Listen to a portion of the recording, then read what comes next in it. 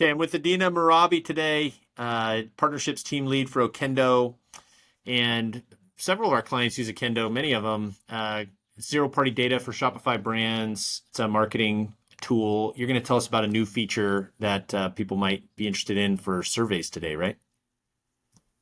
Yes, absolutely. So Okendo historically has been known as a ratings and reviews platform. About 9 months ago, we launched Okendo surveys. So essentially, this helps Shopify brands collect even more zero-party data around who your customer is, where did they hear about you, would they recommend you to a friend or family member, and just really deepen that data collection for your personalization strategy.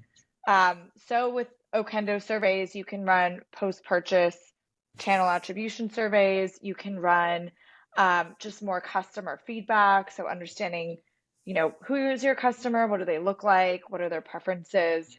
And then various other types of surveys as well. We have CSAT, cart abandon, all different types, which is really exciting. Got it. Yeah, I just talked to a CRO agency, and he was talking about how they use survey data to of all kinds. They read like all the surveys that they can get their hands on to try and Yep. decide what to put on pages.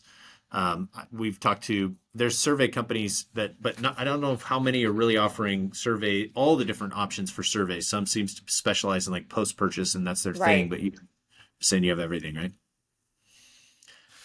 I was going to ask if Perfect. there's a case study that you might have that you could share of somebody who started using surveys or how they used it in a unique way that might be interesting.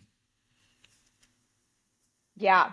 That's a great question. So we have a client, Integrity Botanicals, who was they were seeing a high cart abandon rate, and they wanted to understand what was the main driver in, you know, encouraging their potential customers not to complete a purchase.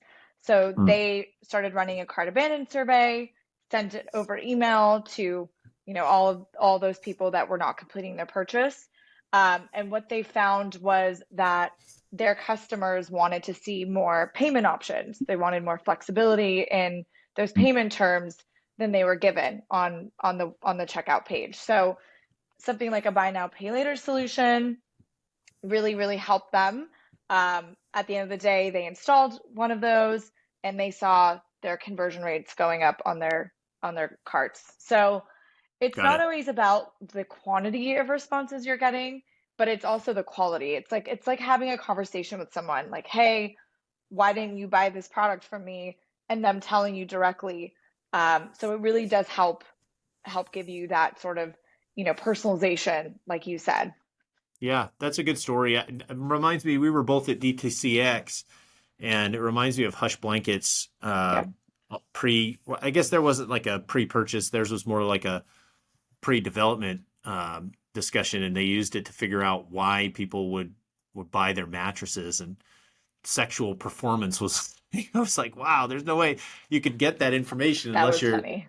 using surveys, yeah, and talking to your customers. So they're really valuable. It helps you get insights that you normally wouldn't think of or think would apply. And so I appreciate it, Adina. You can go talk to her about all things customer marketing related for Shopify brands and data gathering.